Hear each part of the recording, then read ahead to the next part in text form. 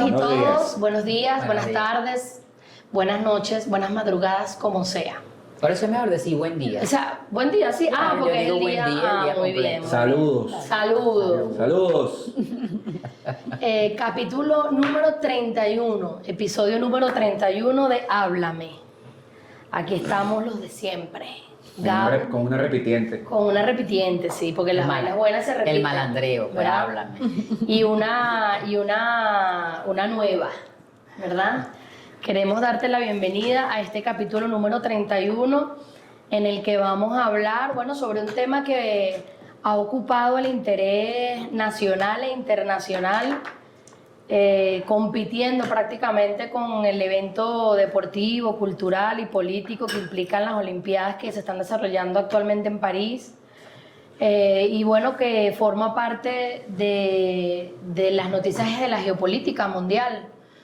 Vamos a hablar de las elecciones en Venezuela. Los últimos dos capítulos que montamos en este podcast un poco profundizaban los desafíos preelectorales, las dimensiones estratégicas de esta contienda y bueno, de la necesidad imperante de que la idea de la emancipación obtuviera una victoria por vías democráticas. Hoy ya, habiendo pasado unos días posterior a ese 28 de julio, domingo 28 de julio, que ya está inscrito en la historia, ¿verdad? No solamente de Venezuela, como siempre, lo que aquí sucede tiene un interés geopolítico, tiene un interés mundial. Y bueno, tengo dos invitadas extraordinarias, además de, bueno, Gabo y yo tenemos dos invitadas extraordinarias. Vamos a hablar con Anabel Díaz H, amiga de la casa, que por primera vez nos acompaña. Ella es historiadora, es una militante de la historia insurgente, ¿verdad? Así de una es. manera de contarnos y de sistematizar hechos del pasado y sobre todo de poner en cuenta la vigencia de todo eso, porque bueno, somos una consecución de hechos y el futuro también está muy determinado por esos hechos que han acontecido. Y Erika Farías, que bueno, con ella habíamos hablado un poco de la ley de vagos y maleantes. El primer episodio de esta temporada. El primer episodio de esta temporada. Y bueno, está muy involucrada en el análisis por su responsabilidad como dirigente política de la Revolución Bolivariana. Entonces, con ellas dos vamos a hacer una primera pincelada. Bueno, haciendo un esfuerzo, ¿sabes? Porque lo conversábamos antes de arrancar, que las desventajas de estar tan hiperinformados. Entonces hay una parte importante del país y de la gente que bueno, reconoce en nosotros un espacio interesante de beber ideas, que sabe, bueno, qué ha pasado, ¿no? Hubo unas elecciones, Ganamos. se desarrollaron en paz, con intentos de saboteo, se obtuvo un triunfo por parte del candidato de la patria, el presidente Nicolás Maduro. Ya hoy se conoce que es con 1 millón de votos de diferencia. Y acontecieron una serie de hechos, de operaciones psicológicas, de operaciones de desestabilización. Se desarrolló un intento de golpe de Estado que el presidente le ha puesto unos apellidos, Gabo, muy interesantes, ¿no? Intento de golpe de Estado fascista, criminal. Son 3 apellidos que vale la pena, porque son categorías, son definiciones, ¿verdad? Y vale la pena que lo profundicemos, ¿no? Porque esta versión de intento de golpe de Estado, que no es algo no conocido por los venezolanos en su historia reciente, que es algo conocido por los habitantes de nuestra Latinoamérica, de África, del mundo, tiene esos apellidos, esas connotaciones, qué papel jugó el ciberespacio, las plataformas digitales, fascista, otra categoría que tiene, digamos, muchísima vigencia y que pudiera ser como redundante, ¿no? Un golpe de Estado fascista, pero tiene ahí una posibilidad de profundidad en el debate interesante. Entonces, bueno, hablemos de eso, elecciones en Venezuela y cómo, sabiendo que una parte importante del mundo sabe o tiene una versión de la historia, contémosla desde nuestra posibilidad de estar en Venezuela. No hablamos desde afuera del país, hablamos de los que estamos protagonizando. Nosotros pues vivimos estas horas Y estas horas nos han transformado, porque sin duda, además de la presión política y de la tensión, se vivieron horas de horror, de muerte, de violencia. Todo eso transforma, todo eso trastoca el espíritu humano y de victoria, ¿no? De victoria. Pero entonces una victoria en estas circunstancias, que también es complejo de transitarla. Entonces, bueno, vamos a echarle pichón a estos 40 minutos y bueno, nos comprometemos a seguir analizando este acontecimiento como de otras miradas. Sí, ¿verdad? Sí, creo que es un tema del que se va a hablar un buen ratico, ¿no? Y en el que hay que procurar encontrar voces diversas dentro de la especie humana. Ahí a ese nivel lo pongo, porque somos muy diversos y creo que cada persona, cada venezolano y cada venezolana, después de lo que pasó el 28 de julio y habiendo vivido la historia reciente de este país, los últimos 10 años, incluso los últimos 5 años, podemos crearnos un concepto y crearnos y ir buscando nuestra verdad. Porque a la China hablaba de la sobreinformación de las redes sociales, que seguro lo hablaremos ahorita, y hay gente que su verdad es un buen tweet, bien armadito gramaticalmente, con una buena foto, ya esa es su verdad. Entonces la búsqueda de la verdad tiene que ir más allá de que nos convenzan 140 caracteres. La búsqueda de la verdad es como el camino a Ítaca. Entonces, mira, decía un filósofo que lo que nosotros entendemos como realidad no es sino una apariencia de lo que realmente ocurre. Ahora que tú hablas eso de que la realidad o la verdad es un tweet bien elaborado, una fotico, todo eso es apariencia. Claro. Es lo que está detrás. Lo que implica, bueno, lo que mueve esos resortes de lo que nosotros hoy en este mundo donde es mentira la verdad, mentira, podemos conocer. O sea que hace falta, como tú bien lo dice Marisabela, un gran debate que ojalá no dure poco.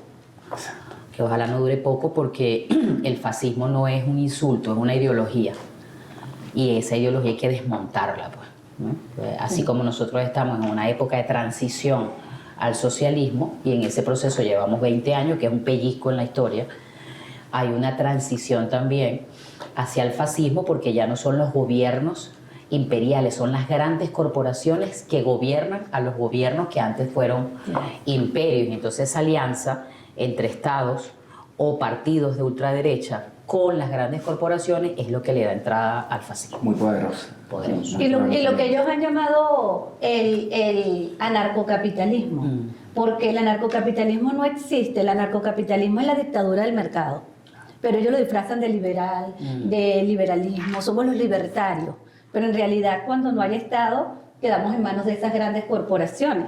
Y esto que ha atravesado Venezuela se ha atravesado en otros países del mundo. Sí. Recientemente, bueno, las elecciones en México, las elecciones que ganó Evo Morales en Bolivia, y estas elecciones de Venezuela del 28 de julio es lo que algunos analistas han llamado un experimento de los cibergolpes. Pero no ha pasado solamente en América Latina. Creo que uno de los espacios donde tiene mayores posibilidades de resistencia a la población es América Latina, porque hemos avanzado en conciencia histórica. Pero los pueblos europeos, lo estamos viendo hoy en Reino Unido, han hecho desastre las redes sociales. Allá han dimitido en menos de 4 años, 2, por lo menos que yo recuerde, 2 primer ministros, 3 primer ministros. Pero está atravesando en este momento una ola de protestas vandálicas, fascistas, en contra de los migrantes, por un fake news. Pues estamos en la época de la mentira es la verdad. Y esos odios inoculados han salido a la luz pública. En Venezuela nosotros tuvimos somos parte de una guerra multiforme y se expresó en 3 escenarios, ¿no? En el escenario mediático internacional, con las grandes corporaciones tradicionales unidas a las redes sociales, que hicieron toda una operación que se llama fraude preventivo. Así como eso que Estados Unidos dicen, bueno, para el terrorismo preventivo, y en nombre de ese preventivo invadieron Irak por unas armas de destrucción masiva que no existían. La defensa preventiva. Bueno, ellos hicieron fraude preventivo y ellos habían instalado ya antes del 28 de julio en el imaginario afuera de Venezuela, ¿verdad? Ellos habían instalado la idea, digamos la agenda, eso tiene un nombre, ahorita lo recuerdo, de que era imposible que Nicolás Maduro ganara las elecciones, solo con un fraude. Entonces, por eso ellos vienen diciendo, van a cantar fraude. Nicolás no lo decía. Ese era el tráiler de la película. Claro, van a cantar Diosdado fraude. en el mazo, bastantes días antes de las elecciones, describió el paso a paso de... Eso como Increíble, pero como que sí... la exactitud con la que Diosdado describió el paso a paso una semana antes de la elección es escalofriante. Pero además eso condicionó elementos que luego brotaron como violencia interna. O sea, me robaron mi victoria. Claro. Porque eso, como decía, como es una guerra multiforme, tenía tres escenarios. El escenario internacional con esa operación mediática, el escenario de operaciones psicológicas internas, donde ellos hicieron una operación que nosotros no conocíamos. Ellos lograron penetrar los hogares chavistas. Ellos lograron penetrar los sectores populares chavistas, porque diseñaron contenidos en las redes sociales con nuestra estética, con nuestro discurso, dirigido a nuestros jóvenes y montado sobre una frustración. Una frustración que ellos han venido alimentando producto del bloqueo. Entonces, bueno, tú tienes 30 años y todavía vives con tu mamá, tú tienes 25 años y todavía no tienes cómo ganarte la vida, sin explicar el porqué de esta situación que está atravesando esta generación. Y esos contenidos fueron diseñados fundamentalmente para que los recibieran los hombres menores de 30 años. Entonces, bueno, mientras la mamá chavista estaba organizando el CLA, estaba moviendo el voto para la revolución, su hijo perfectamente podía estar quemando la calle. ¿Ves? Porque nos lograron penetrar a ese nivel. Y es una de las cosas que los venezolanos tenemos que empezar a desmontar. ¿Por qué? Porque ¿qué diferencia tienen estas guarimbas de las guarimbas del 2017? Que las guarimbas del 2017 ellos lo hicieron, ¿verdad? Inocularon el odio en la clase media. En esta oportunidad no. Ellos hicieron mediciones y ellos vieron que la clase media no estaba dispuesta, ahora que hay un impulso económico, a volver a la época de las lentejas. ¿Me explico? Entonces, no, en la clase media, yo sabía que iba a haber una abstención alta porque la gente se paralizaba cuando tú le decías, pero si damos ese paso al vacío y sacamos a Nicolás, ¿para dónde va la economía? ¿Va a haber paz? Sin paz y sin estabilidad no hay prosperidad. Entonces ya eso hacía que ellos frenaran. Además, fueron víctimas, bueno, de las guarimbas que perdieron la calle, exacto, se desmoralizaron por sus pseudolíderes. Entonces ellos sabían que ahí no tenían nada que buscar. ¿Dónde tenían ellos que buscar? Bueno, vamos entonces a cambiar el segmento en estas audiencias hiperfragmentadas que las mismas redes han creado. Entonces, eso es el segundo escenario. Y el tercer escenario, que es la guerra real, es la guerra en la calle. Es ¿cuánto me cobran, muchachitos, para que vayas a quemar? 30 dolitas.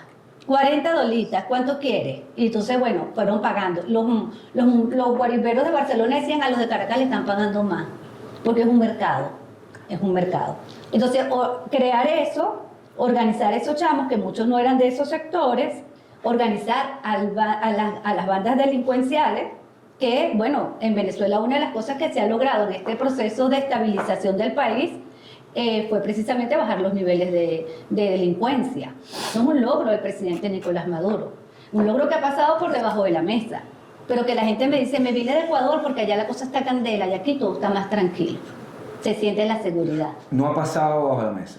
No ha pasado, ¿verdad? Ese millón de votos a favor respaldan esas cosas. Así es. ¿Dónde está Fede Cámara? Yo no sé si, o sea, quizás sí se pronunciaron muy tibio, muy chiquitico, pero así como por no dejar. Esa gente, pero no esa estuvieron al gente se está frente. recuperando y sufrieron mucho. Sí, sí, no pasó por debajo de la mesa. Mira, hay tanto, Claro. hay Pero digo para la mediática, ¿no? Claro, hay una responsabilidad tan grande en ordenar este debate, ¿no? Que yo creo que nadie puede decir, se va a ir ordenado también en la medida que se dé, como tú lo decías, ¿no? Porque, o sea, no hay un debate aislado, solo yo conmigo, yo mismo, ahí hay un primer nivel de diálogo, de reflexión, pero en la medida que se fluye, se integra con otras visiones, uno como va asentando. Yo creo que todavía no estamos en condiciones porque hay afectaciones emocionales, psicológicas, afectivas, muy humanas, que todavía estamos muy sensibles.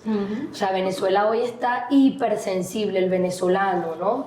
Y yo, atreviéndome aquí en este ejercicio de debatir, creo que todos como que nos aferramos en la tranquilidad, en la normalidad del país, ¿no? Como un refugio. Y bueno, mira, eso habla de nosotros, ¿no? Eso habla de nosotros. Incluyendo muchos jóvenes de menores de 30 años varones, porque no fue todo, Claro. ¿verdad? Yo escuché ahorita las cifras de Bangladesh. 10.000 detenidos y 400 presos, y 400 muertos llevan ellos. Lleva ese golpe de Estado que se cometió en Bangladesh. 10.000 detenidos y 400 víctimas mortales, ¿no? Claro, es un país también seguramente con más habitantes que Venezuela, ¿no? Obviamente.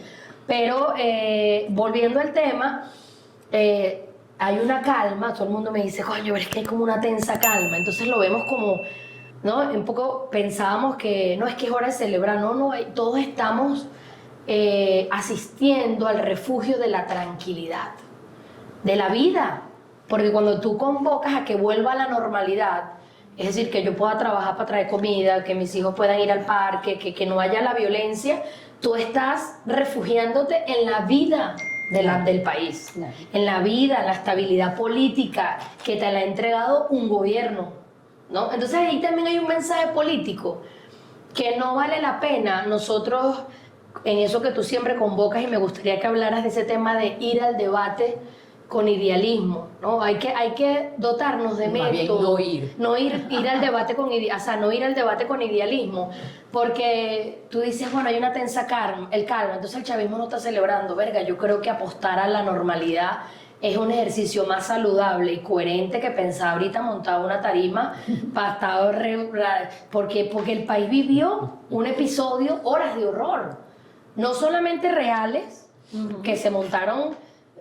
Son, Gabo, 400 focos de violencia. Fueron 400 focos en algunos municipios repetidos. Es decir, hay municipios, Gabito, de este país que no saben lo que nosotros vivimos. Claro.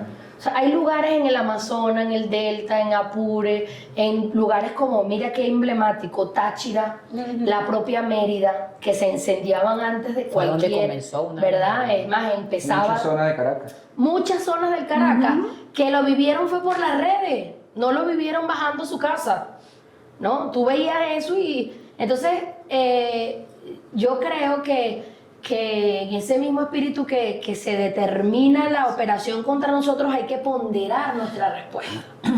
Porque nuestra respuesta es justa.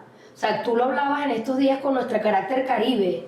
O sea, la gente se apega a retomar la normalidad, que no es una normalidad, fíjate que ellos los castigan. Fíjate, nosotros, yo creo que no podemos hacer lo mismo, ellos los están castigando, y hoy lo decía el terrorista del mundo, decía, se nos está perdiendo el momentum, estamos perdiendo la posibilidad porque la calle está enfriando, y ese enfriamiento que es 90% del país que quiere retomar la normalidad, habla del espíritu nacional. De algo del espíritu nacional, porque en otras civilizaciones, en otras culturas, lo decía Anabel en estos días, una chispa no la para nadie. Y esa chispa se prendió aquí el 29. Entonces quiero hablar de eso que la gente ahorita está juzgando, desde el chavismo, bueno, no tanto del chavismo, porque nuestro líder está explicando y sabe que esta vocación hacia la normalidad y la estabilidad es un resultado político. Claro, un resultado. Pero ellos sí están siendo fustigados. Sal, tira veneno, si sigue odiando. También hay mucho de atacar al que manifiesta públicamente cualquier acción de su vida cotidiana, porque ahorita no es momento de que vivas, ahorita es solo el momento de que transmitas odio. Tú no puedes tener tus plataformas acá para otra cosa que no sea transmitir el odio hacia Nicolás Maduro. Mira, lo que hizo el jefe ayer es una de las cosas que nosotros tenemos y que se relaciona a lo que dice Marisabela. Hay dos países, hay un país político y hay un país nacional. El país político, por supuesto, genera opinión, debate, hay una tensión allí, pero hay otra parte del país que no está participando de esas tensiones. De ningún lado. Por ejemplo, los niños, los jóvenes. Que están ¿ves? de vacaciones. Que están de vacaciones y que pues, Nicolás gobierna para esos dos países. Entonces, desmontar la violencia pasa también por entender que hay un grupo y que es mayoritario quizás en el país que quiere eso, la Quiere normalidad, vivir la su vida. estabilidad política, producir, estudiar, Resolver. Llegar a fin de mes. hacer su deporte, o sea, y entonces nosotros ahí tenemos que, como gobierno, y creo que es lo que está haciendo el presidente, Tener un equilibrio, tener un claro. equilibrio, ¿me entiendes? Porque la trampa es quedarte solo en el país político Claro. y olvidarte del país nacional. Y entonces, bueno, ahí comienzan, digamos, las acciones para desmontar parte de la estrategia enemiga de mantenernos en tensión permanente. Verga, sí, hiperactivos, ¿Me o sea, hiper... Claro, la violencia discursiva va por aquí y la violencia real va Claro, por aquí. claro. Siempre, Y sobre todo porque ha fracasado la operación psicológica, Sí, eso tenemos que decirlo. porque además ¿qué busca el enemigo? Unificar, generalizar el pensamiento único, que todos estemos en una tensión que Vamos a matarnos. Exacto, miedo, una tensión. Entonces, eso es importante. Pero yo quería ahí también aportar una cosa en el debate que ustedes decían, fíjate, el tema de los medios. Internet, las redes, todas esas cosas son medios. O sea, el fascismo es algo más que Internet y que todas estas cosas. Ayer yo conversando con un grupo, yo decía, en el 37, cuando Hitler ganó, en Alemania no había Internet, no había Instagram, Buen periodicazo. No había redes. ni X, ni red, ni nada de eso. ¿Ves? Y te digo esto Y lo porque, lograron instaurar. claro, igualmente en Portugal, igualmente en Italia, en España, ¿ves? Y en algunos lugares de América Latina donde se expresaron odios. ¿Ves? Entonces, que no nos quedemos en el análisis de las redes. Ujú. Las redes ya están y llegaron para quedarse. Ya ellas están. Ahora, el tema es el mensaje. ¿Ves? El mensaje. Entonces, ¿qué ocurrió allá en el 37 y qué ocurre aquí? Ocurre que hay una industria cultural que utiliza los medios que la época te da. Claro. ¿Me entiendes? Para instalar una ideología. Instalar una ¿Qué se ideología. basa en qué elementos? El Fíjate. fascismo, descríbeme sobre... Una de sus primeras características es esa que ya mencionamos, que es la articulación de los grandes poderes económicos con los que gobiernan partidos y o gobiernos. Dos, es una ideología supremacista. Por supuesto, supremacista del blanco. ¿Me entiendes? Del Claro, blanco. claro, En el caso hombre blanco del hombre, heterosexual. Exacto, heterosexual, ¿verdad? Hombre Odia a la mujer, odia al otro, al diferente, que es el migrante, que es el negro, que es el musulmán. indio, que es el musulmán, El chavista. que es el El chavista, ¿verdad? Ya izquierdoso. decíamos, es misógino, es narciso incluso, porque ellos se sienten que son los mejores, pues, ¿no?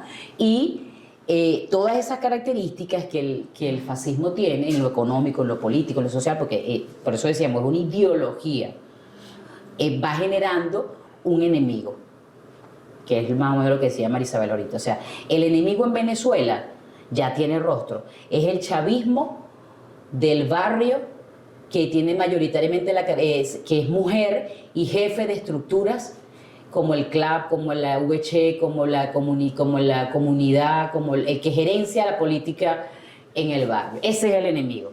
A ese enemigo, que mayoritariamente es mujer, lo han venido hiriendo a través de 10 años de medidas económicas, migración. Fíjate tú, una de las violencias que se expresó el día 29 y antes del 29 eran las madres que tienen Esas. hijos afuera. Ya, claro, sí. ¿Ves? Lo vi. Mamá, no voy a volver si gana Maduro.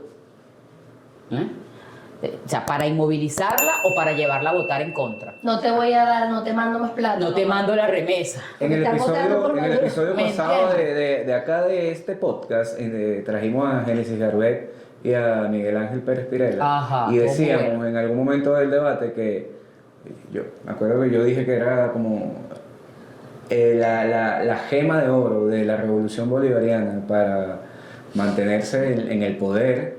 Con las mujeres. Son las mujeres de las estructuras asamblearias que ha desarrollado el chavismo desde que a Chávez se le ocurrió decirnos que la asamblea era lo más importante, que la vida parte de la asamblea. Esa estructura que se ha venido trabajando, que es la real política, las reales redes de la política, la señalábamos ese día como la gema, como que ahí está la victoria, ahí una y otra vez ha estado la victoria del chavismo. Pero también... Y no nos equivocábamos tanto viendo que son las tipas del lunes que amanecieron señaladas. sitiadas, Bueno, fíjate, ahí lo conversábamos Ana y yo antes del podcast. Fíjate, el fascismo tiene una fase misógina, o sea, un rostro misógino. Y nosotros, como país caribeño colonializado por los, digamos, los precursores del fascismo, que es el colonialismo, somos una sociedad machista. Entonces, si las mujeres son las que gobiernan en todo, son las que gobiernan el CLAP, son las que gobiernan el Consejo Comunal, son los que gobiernan los territorios, son los que administran la política. Al momento en que algo falle, ¿quién es el culpable? La vieja esa. Las mujeres. Ustedes no querían las mujeres, pues, y se va creando ese enemigo, que es donde por eso yo decía, el debate tiene que ser un debate inteligente, porque tenemos que desmontar mecanismos de dominación y manipulación de una cosa que, reitero, no es un insulto, es una ideología, el fascismo, y que usa a las masas para ejercer su violencia. Fíjate, si tú te pones a revisar la historia, o sea, la Alemania del 37 no era una Alemania de clase media, no, era una Alemania empobrecida. Venía de los 14 puntos de Woodrow Wilson. Venía de pagar todo. Ahí estaba. Entonces esos son elementos que hay que desarticular, desmontar en un debate que ahorita, como dice nuestro presidente, y todos coincidimos en eso, vamos a estabilizar. Hay que estabilizar, ¿no? Y llegar a la calma y a la estabilidad política para poder comenzar a hacer lo que en la revolución es parte del legado de Chávez, la autocrítica revolucionaria. Para entonces rectificar. Hay cosas que rectificar. Pero un montón. Bueno, y a eso vamos, ¿ves? Pero en conciencia de qué es lo que se nos está aplicando, porque si no, comienzan otros mecanismos de dominación cultural, como el pase de factura. No fue casual la consigna de María Corina de ganar y cobrar. Sí. Hay mucha gente que quiere cobrar. Revancha. Quiere cobrarle a la señora del CLA, quiere cobrarle al dirigente del partido, quiere cobrarle al funcionario de la institución. Sí. Y si nos ponemos todos a cobrar, el enemigo hace así.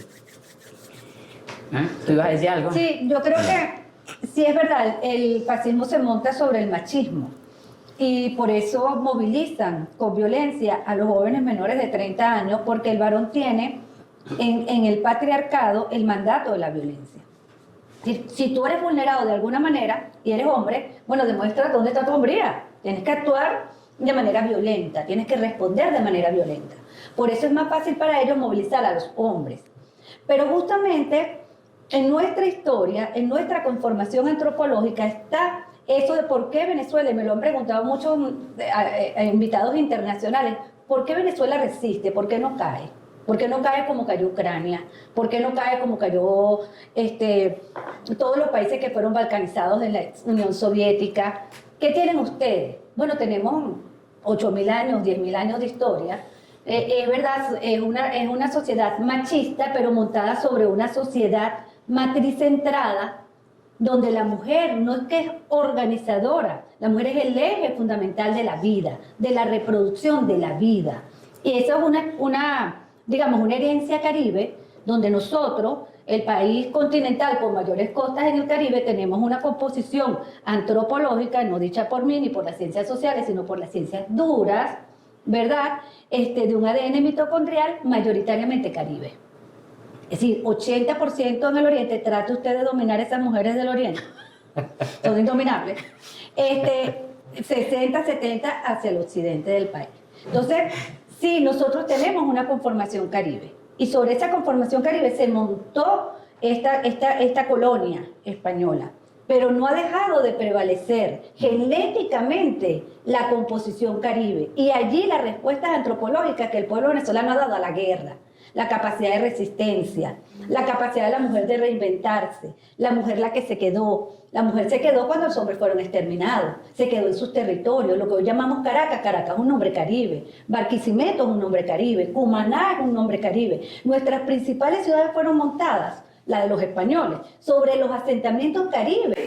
Entonces no es cierto que nosotros somos, sí, tenemos el machismo inoculado, pero somos una sociedad matricentrada. Y de ahí nuestra resistencia. Claro. De ahí nuestras mejores Y de ahí posibilidades y de ahí de salir ilesos de Y de ahí la vocación de participación que han tenido las mujeres en Revolución, porque eso es un llamado. Y simplemente fue un llamado que la gente estaba, no sé, cocinando o llevando coñazo o en su dinámica y de repente, epa, participa, epa, podemos ser epa, y de repente fue volteando y cuando vino así, ellas lo hablan, nosotros lo hablamos con mucha fuerza, que fue salir y no querer regresar más. Claro. O sea, se ocupa del hogar, pero esa posición, eso retomar a esa historia en la que somos constructoras junto al hombre, obviamente, y a toda la... y ahora junto a los todes también, o sea, todo el que tenga Y conciencia además fue muy rápido. emancipadora. Muy rápido. Entonces, ese tema ahí, yo quería comentar que no sé, hay que profundizarlo, hay que comentarlo, hay que hacer un foro solo para eso, de los mensajes. O sea, porque no solamente fue, Gabito, lo que vimos el 29 a partir después del mediodía, ¿no? Que la vaina verga, porque es que hubo una noche del 28, hubo una mañana del 29, hubo lluvia y todo, por lo menos en Caracas, y fue a partir de la tarde que comenzaron estos focos y estas operaciones que ya se han descrito, ya se sabe qué le daban a los chamos, todo eso ya se sabe. Ahora, desde esa noche comenzó una operación de bot a través del WhatsApp y fue mucho más poderoso o fue mucho más masivo, obviamente. O sea, gente que recibía mensajes, mira tú, te voy a matar, como en las cárceles, como cuando uno es estafado, te voy a matar, te voy a descuartizar, te voy a violar, vamos a hacer 5, o sea, eran torturas, comenzó una operación de tortura psicológica a jóvenes, a los listados de jóvenes de Juventud del Partido, luchadores sociales, líderes de CLAP, ¿verdad? Fue una operación, por eso el presidente dice, coño, le estoy dando mi data, les estoy dando mi información, estoy poniendo, ¿no?, a mi estructura al servicio de una plataforma que, como tú dices, utiliza toda esa información para atacarte de nuevo, ¿no? Y es muy contundente esa orientación, no solo de desinstalar la aplicación, sino de que no nos comuniquemos, no construyamos diálogos que terminen siendo totalmente leídos, analizados, estudiados y que se devuelva, ¿verdad?, hacia la figura. Entonces todo el mundo, mira, yo ahorita viendo la gente empieza a contar qué le dijeron, cuántos mensajes, 180 mensajes, Gabo. Eran bots operando grabaciones, operando mensajes, y la tipa trancaba y volvía. Unas astutas supieron bloquear, desinstalar el chip, pero otras se engancharon. Y mientras se enganchaba era peor, o va operando más, y fue mucho más masivo. Entonces la gente en su casa, con este aparatico recibiendo amenazas, se asomaban, no pasaba nada. Vienen por mí. Pero se veía en redes y veían la estatua de Chávez rodar, Claro. ¿no? Entonces esa conmoción que hizo que hubiese un estado de pánico, un estado de conmoción que afectó mucho y que ahora hay que curar, porque esta es una herida adicional, ¿no? El horror. Yo creo que, como todo en la vida, puede ser muy poderoso. Yo tengo testimonios de ambos lados.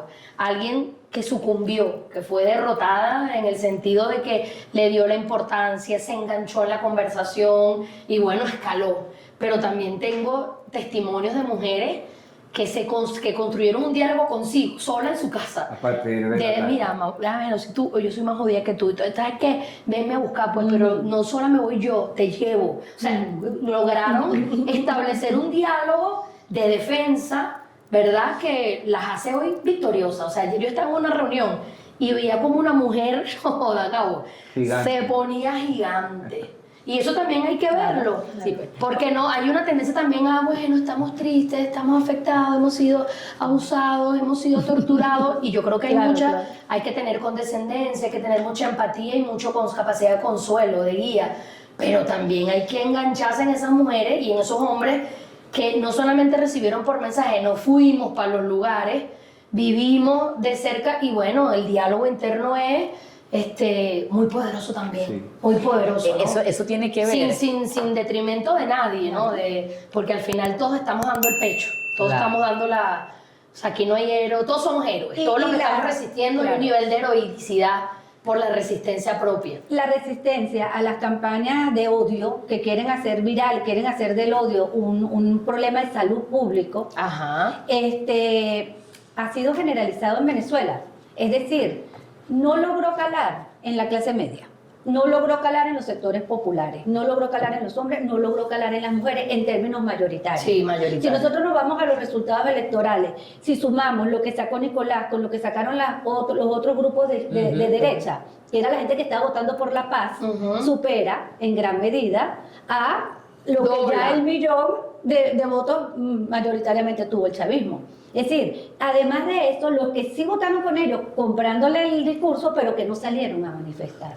Sí, Yo recuerdo, que son la mayoría, además. Mira, donde yo vivo en el Para construir este país Aquí hay que plantearlo no hay así. 3 millones, Sí. el mundo sacó 3 millones y pico, aquí no hay 3 millones en la calle. No, la mayoría de la gente que No, votó 3 por millones el con señor menos. Aquí hay Edson. 2.000 detenidos, 2.000 detenidos. No llegamos a un De millón. 3 millones que además no votaron, que además... 7 de cada 10 no votaron. Pero es que ahí está, fíjate, lo que decíamos al principio, ahí está ese gran sector que es Nini, que pudiera estar también dentro del país nacional, Sí, que lo sin que duda, quiere es sin duda. vivir. Vivir. Me implico que tanto puede tenernos críticas y animadversiones al chavismo, como se las tiene también a la ultraderecha, porque su interés no es de la política partidista, del poder, no, su interés es vivir. Ni de prender una bolsa de basura. Exacto, entonces ellos hay- son millones de gente pacífica. claro, también, ahí que se- así. El país hay que construirlo desde ahí, pero son minorías. ¿Ves? ¿Ves? Por Entonces, eso- eso es importante. ¿ves? gobierno. Y, por ejemplo, eso que manifestaba Marisabela, si bien es cierto que nosotros todavía tenemos mucho que sumar y aportar a la formación política ideológica revolucionaria en nuestro país, nosotros también tenemos, eso lo hablaba mucho Chávez, una espiritualidad muy fuerte como pueblo. O sea, nosotros somos un pueblo que no es, y cuando uno lo dice no es cuento, o sea, son 532 años de resistencia. Hemos visto Fíjate, tanto, no es de ¿no? sumisión, Claro. no es de derrota, no, han sido 532 años de lucha, donde hemos obtenido grandes victorias, hemos tenido derrotas, hemos logrado mantenernos, o sea, pero ha sido una constante. ¿Sí me explico? Y eso a nosotros nos da una fuerza que hace que otros se pregunten, ¿pero esta gente cómo aguanta tanto? Claro, claro. Porque es que uno en el combate se crece. ¿Sí me explico? Se crece. Claro. Y eso es lo que nosotros estamos expresando. O sea, por eso cuando Nicolás dice y cuando decía nuestro presidente Chávez, Fíjate, nuestro comandante, bueno. o sea, nosotros no somos cualquier pueblo, No somos. que no es en ofensa a ningún otro. No, claro. Pero Ni lo cuando- usamos para hacer supremacía. Claro, tampoco. O sea, nosotros, imagínate, tenemos una historia. Y esa historia ha tenido picos. Claro, y la historia decía Zamora, Chávez es un hoy sujeto Bolívar, vivo. Zamora, este señor que llaman Chávez es un Chávez. sujeto, perdón, la historia es un sujeto vivo.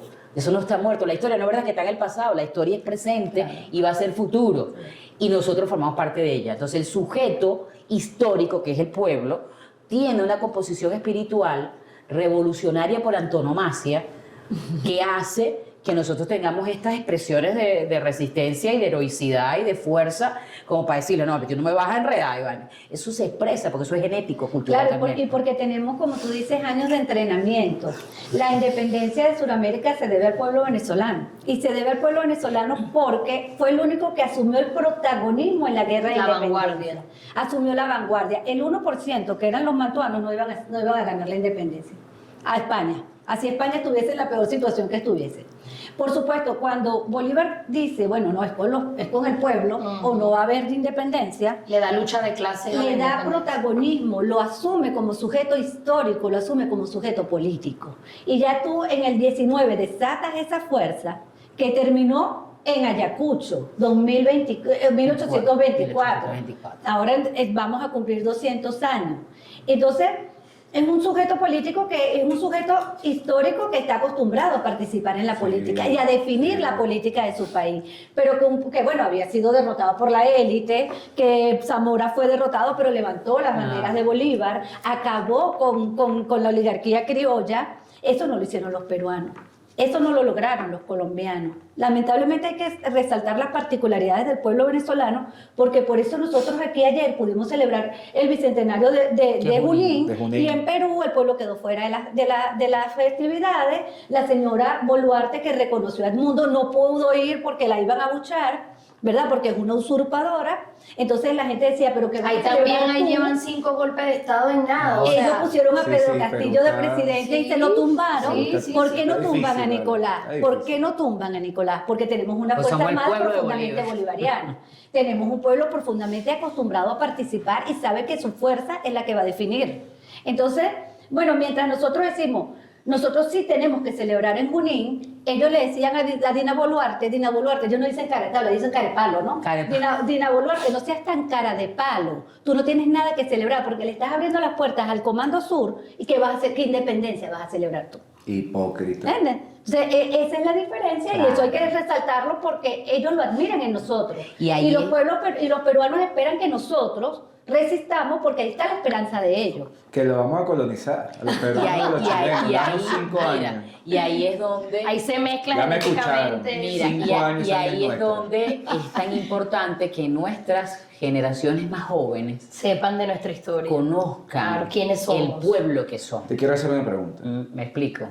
Es que has dicho, vienes apuntando por un lado de hace rato que hay Soy francotirador. que es importante, la formación en la juventud.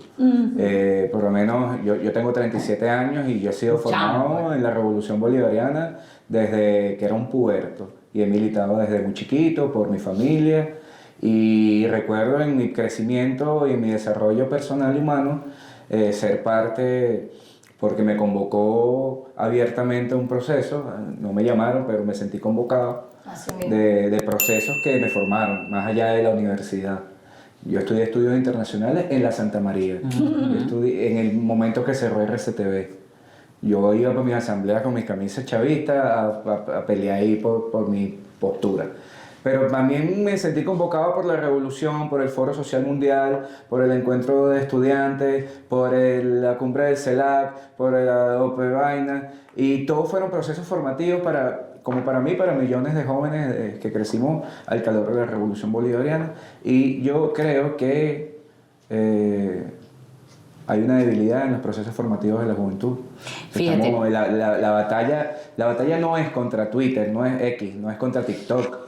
No es contra, o sea, son plataformas Claro, que lo si quieres la decíamos usas, antes, si quieres fíjate, no la usas. a ti no te afectó la guerra O psicológica. sea, si en, a mí no me los, si en afectó. los 90 tú querías usar un Wallman o no querías usar un Wallman, al de Sony lo tenías sin cuidado.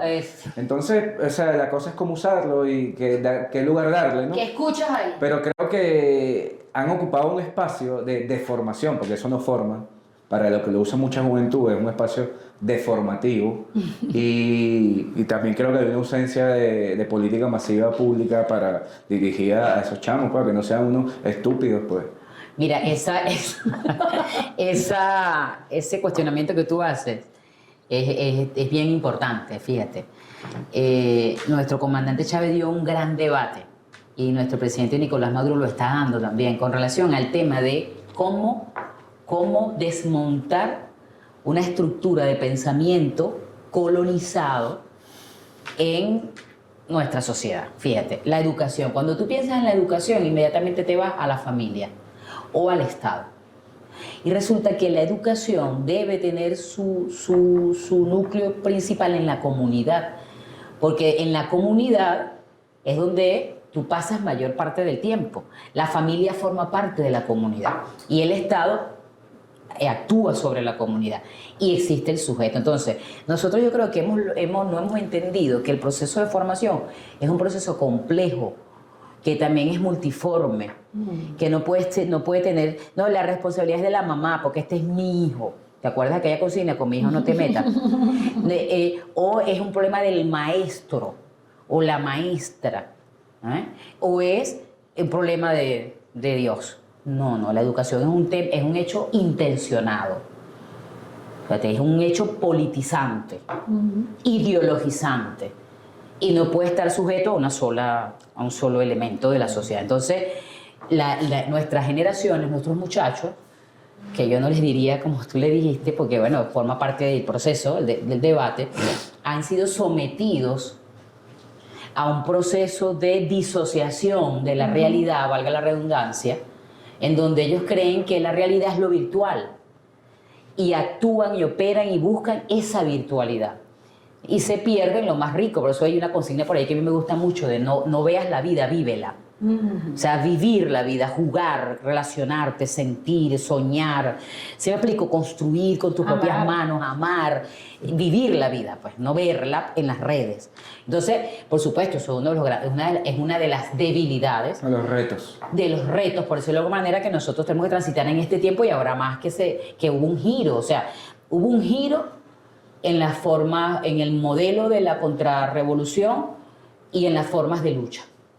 Y nosotros tenemos que, o sea, una forma de lucha y de resistencia es ponerle límite a esta cosa. Y o crear contenidos que permitan que utilizando esta cosa podamos nosotros ahora, hay que gran debate, pues los contenidos. Nosotros a veces también queremos uniformar las cosas. Sí.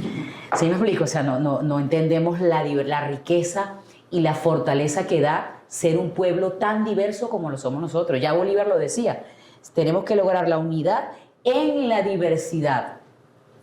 Entonces nosotros a veces queremos uniformar, y eso, uniformar no es el mecanismo. Nos salió mal ayer y nos saldrá mal hoy o mañana uniformar. ¿Me entiendes? Entonces es simplemente aceptar al otro y convocarlo a un proyecto común, claro, en su otredad.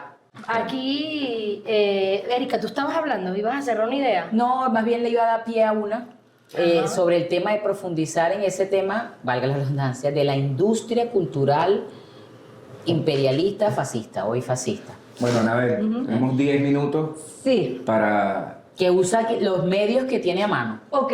antes y ayer, antes y hoy. Ella decía que una cosa era lo aparente y otra lo esencial, ¿no? Cuando uno usa el método marxista para leer la realidad, se da cuenta que lo aparente es una industria cultural aparentemente libertaria, pero que lo esencial es que está en manos del capital, y fundamentalmente el capital sionista. ¿Quién es el dueño de Hollywood? ¿Quién es el dueño de las grandes corporaciones que De la producen industria contenido? musical. Miren, nosotros lloramos por los judíos muertos porque nos han puesto películas desde que nacimos. Ellos bueno, pues esto es una cosa... Nadie llora por los palestinos muertos porque nadie ha visto películas de los Tenemos palestinos cine para meter muertos. películas de Claro. Palestina. Ni por Entonces, nuestro genocidio Exacto. en América Latina. Ellos que tienen claro su idea de hacer un gobierno mundial en manos de las élites y aquello del anarcocapitalismo, ellos han generado que esta generación mundial, no estamos hablando de Venezuela, tenga una caracterización muy parecida a la generación de las posguerras. Es decir, una generación deprimida, una generación triste, una generación frustrada, etcétera, etcétera. Intolerante a la frustración. Exacto. ¿Y eso por qué? Bueno, porque ellos han, con la industria cultural, construido un imaginario donde, bueno, el futuro va a ser peor. Todas las películas son distópicas, todas las series son distópicas. Si el futuro es peor, ¿qué esperanza puedes tener tú como joven? O sea, nada, me salgo a la calle y mato y a que me maten porque no hay futuro. No hay futuro. Entonces diría ellos, el disco de reciclaje va a claro, andar con Robert Fukuyama, Benson. que dijo que la historia había muerto, estos hijos de su madre están diciéndole al mundo con sus mensajes y con sus contenidos, cuando tú los... Sí, sí. Series, películas, Exacto. canciones, juegos. Todo. Todo Lo que ellos lo te que están viene es diciendo peor. es no hay futuro. Por eso yo solo veo comedia, oye. Que también son negras y dicen que no hay futuro. Pero la comedia te ríe. Por lo menos, claro. Entonces, montado en eso, es muy fácil generar entonces con estas operaciones psicológicas una situación de frustración, una situación de irascibilidad, de rabia contenida, porque no hay futuro. Entonces, un muchacho de 18 años, tú nunca has pasado hambre. No, pero comí lentejas, sí, ajá, pero ya no estás comiendo lentejas. No, pero entonces, ¿por qué estás saliendo a la calle a protestar? ¿Qué estás peleando tú? ¿No has intentado Si ni siquiera trabajar una votaste. vez? Por no decir que no has tenido los trabajos. Exacto, no, imagínate tú. Se van para Chile, se van para Perú y dicen, no, yo no me puedo seguir manteniendo aquí porque tengo 15 trabajos para pagar, nada me alcanza para pagar el alquiler. Entonces, bueno, por supuesto, no estás acostumbrado a esos niveles de explotación, de superexplotación. Porque el hombre y la mujer de esta generación tienen que ser tristes porque es el único que va a soportar 14, 15 horas de trabajo continuo Es verdad. y es lo que ellos quieren construir, es lo que Sumiso. ellos han construido. Mira, tú sabes que yo escuché una vez una gente diciéndome, bueno, es agua tibia, ¿no? Pero bueno, yo siempre digo, yo eres un amante de la- rindo honor a quienes, cuando a mí yo recuerdo los momentos y los recreos cuando a mí me entró la locha, y fuera de chinazo. Yo, en mi vida, en ese proceso que tú describías de los llamados, de profesores, gente, cuando echa que yo dije, es cuando uno Entonces una vez un profe nos explicaba, cuando dándonos clases de marxismo, porque fuimos una juventud que se formó, tuvo cercanía con materiales densos de pensamiento abstracto, etcétera, que nos decía, el socialismo es más difícil de hacerlo porque necesita de tu conciencia, de tu conocimiento para hacerlo, el capitalismo no. La gente forma parte de un sistema, lo ayuda a construir sin decir yo soy capitalista, o yo soy facho, ¿no? O yo soy facho, pero... Y yo, Claro. Entonces ahora uno ve, tú dices, ¿cómo nosotros, categoría pueblo? Porque la gente dice, nos ponen a pelear pueblo contra pueblo. No. Era porque hay una categoría social, que es filosófica, que es pueblo. Para tú ser pueblo Que tienes tiene que una- ir, tienes que organizarte, tienes que formarte, tienes que abrazar un proyecto. O sea, pueblo, Una ¿no? utopía, un ¿Verdad? sueño. Pueblo. Ellos son masa. Así es. Masa, Así es. ¿verdad? De la misma, de origen popular, pero más al fin. Porque ellos no se reunieron 80 veces ellos no hacen una sopa al año, chicos, para atender a un desprotegido. Ellos no se esfuerzan, ¿no? Ellos simplemente salieron como más al fin sobre un incentivo que fue relativamente financiero, pero fue más espiritual que financiero. Claro, claro. Porque nadie va a decir que tú vas a salir a quemar algo por $10. Ahí había otra subjetividad, ahí hay otros peos. Entonces, en esos muchachos uno ve que el trabajo lo hacen los videojuegos. O sea, porque esos chavos tienen 10 años Matando gente. no jodas, con Free una Fire. vaina y súper real, que lo sientes aquí, sientes el tiro aquí. Y cobras vida, o sea, no mueres. Hay una Cobras vocación, vida. hay una capacidad de que la violencia seduzca. Hay carajitos que dicen, yo iba caminando por el barrio, vi el bululú y me fui a tirar piedra. Claro, pero es porque lo que la tienen masa, aquí es la Free masa. Fire, Call A of esa Duty, edad, de no sé verdad, qué no, vaina. no. Entonces hay como la pornografía y el hombre en la caja, o sea, hay una... Que tú estás, eso pasa, yo he pasado que yo estoy así, de repente uno se deja llevar por la masa y terminas tú en una vaina que no pensaste. ¿Verdad? A mí me pasó una vez allá en Cuba, de todo esto. Pero lo que yo te... Lo que Sí, yo porque la masa te absorbe, te Claro, mira, vamos arropa. para allá, y tú te paraste y Claro. fuiste, y cuando vienes a La ver, psicología de la fuimos a masa, matar de la a alguien y masa, después claro, verga. claro. Estás rodeado de macallaneros. Dices, ¿qué hago yo aquí? Está rodeado de tener una gloria. Entonces, cónchale, yo no diría Que pueblo, le dice, "Chi, ¿qué haces tú ahí?" Me dejé llevar. me dejé llevar. Sí, no me di cuenta. Pueblo contra pueblo, Bueno, no. sí, no. Era La fiesta masa de San Juan. contra pueblo. El pueblo se organiza, se esfuerza. O sea, es toda la bola que nosotros le echamos para parir una idea y para que un programa se dé, para que todas esas mujeres como se esfuerzan y esta gente, una organización básica de contactar, de identificar que la hubo, los comanditos operaron en esa dirección, pero el trabajo más importante lo está haciendo el hegemón cultural. Claro. Mira, y hay una cosa ahí, China, contigo de eso- cerramos, de eso y que tú y después Gabo yo no sé cierra. si esto es prudente ponerlo en el podcast, lo digo en el podcast mismo. Pero fíjate tú lo importante de lo que dice Marisabela. En mi generación, el malandro tenía conciencia de clase. Claro. Sabía quién era el enemigo de clase y contra él iba, en su cultura, pues. En su... Ahorita, pueblo masa, eso es lumpe, ahí no hay, esos muchachos no saben ni por qué están haciendo nada, no saben quién son sus enemigos, él no sabe, y eso es una categoría también, el lumpe, que hay que comenzar a trabajarla. La barbarie, donde se da la barbarie. Porque ahí es donde se da la barbarie y ahí es Ah. donde anida el pensamiento fascista. Claro, son una... Porque esa es una masa inerte, Claro. sin conciencia, sin emocionalidad, o sea, con una emocionalidad que es contraria, digamos, a la vida, alegría. y que es capaz de cometer actos de Horrores. barbarie que o sea, es una cosa que tú no te puedes ni imaginar. Pues. Hay un relato, por eso decía, hay un relato de una de estas violencias de un grupo que le estaba entrando a golpe a un líder nuestro y dándole golpe. Cuando ya estaban a punto de matar al pana, uno de los que le estaba dando golpe toma conciencia que es su hermano Ay, santo No me Dios. jodas. y se quita la capucha y dice, ya va, tampoco lo vamos a matar, es mi hermano, y lo salva. Pero fíjate el nivel de barbarie que llevaba ese grupo, que si el chamo no hace clic con que, coño, este es mi hermano. A ciego ahí. Y él sabía que era el hermano el que estaban golpeando desde el principio, Claro. porque ya ellos vienen peleando porque uno está en una posición y el otro está en la otra. Madre de Dios. Imagínate tú ese caso, ojalá ese muchacho cuente esa historia, pues yo no soy yo quien debe dar los datos reales, específicos, pues. Pero mira el nivel, ¿ves? O sea, ahí no hay, o sea, ni tu hermano, compadre. Bueno, eso ha pasado, eso Lo pasó digo en como un problema de Argentina, salud pública. eso pasó en Alemania, eso pasó en Sí, bueno, España. ya aquí tenemos posgrado en eso. ¿Me entiendes? Allí es donde, por eso es que hay que tener claro, poder desmontar los mecanismos reales de una ideología que se sirve de los medios que hay, de los resentimientos, de todas esas ausencias que hay que llenar. Así es. Bueno, yo para cerrar le diría que amar es gratis, pana.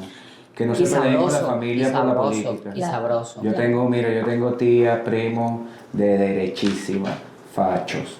Entonces mi mamá sufre, coño, veo las historias, pero ¿para qué las ves? Porque tú vas a ver la historia de mi tía fachita.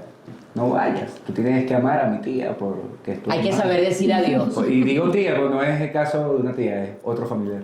Entonces, bueno, amar es gratis, es un acto revolucionario además, entonces... Y debe seguir siendo nuestro punto. Creo que tenemos que seguir hablando de este tema.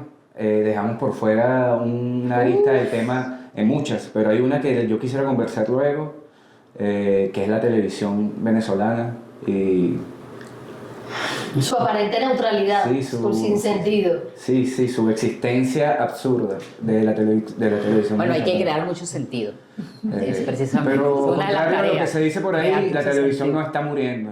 La televisión es como el Es un capitalismo, o medio sea, va a potente. morir, pero ese letargo de la muerte, esa muerte va a ser lenta y dolorosa. Esa muerte que no quiere. A lo mejor no vamos a asistir a la muerte de ella nosotros en vida, pero Primero se muere el capitalismo. a lo mejor, no lo dudo. Pero bueno, es un es una arista que hay que hablar, que me parece que se le puede sacar punta, que hay gente interesada en conversar sobre esto, el papel de los medios, de los periodistas venezolanos, porque hablamos de las redes sociales y todo lo que implican, pero en medio de todo el desarrollo de esto que ustedes bien han contado en esta última hora, hay un sujeto que es la televisión ahí, viendo lo que pasa, haciendo lo que puede, montando su operativo con sus blazers interesantes uniformados ese día, pero después como que no es un espacio para un poco más, me pregunto yo. Tenemos que pagar la fiesta, no quedarnos en ella. Así es. O sea, nos mandaron a pagar la fiesta. Así y yo creo que a parece. veces nos ponemos a bailar en la misma fiesta, con los mismos códigos, con los mismos mensajes y yo creo que ahí tenemos mucho que hacer, pues, porque efectivamente hay que desmontar modas, por ejemplo, hay que desmontar la narcomoda que le sirve a la ideología fascista.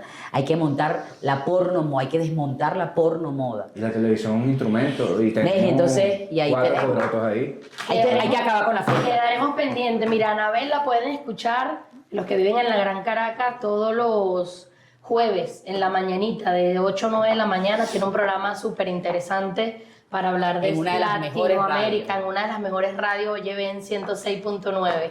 Erika está desplegada, Gabo, y a mí nos van a seguir encontrando en esta trinchera y en otras, porque ya estamos retomando proyectos para la belleza, para la estética revolucionaria, para la cultura de la vida, del amor, de la alegría, del encuentro y de la creación. Así que desde aquí hablamos no solo habladores, sino hacedores y transformadores de realidad. Así que nos seguimos encontrando y nos vemos en el próximo capítulo de Háblame. Chao.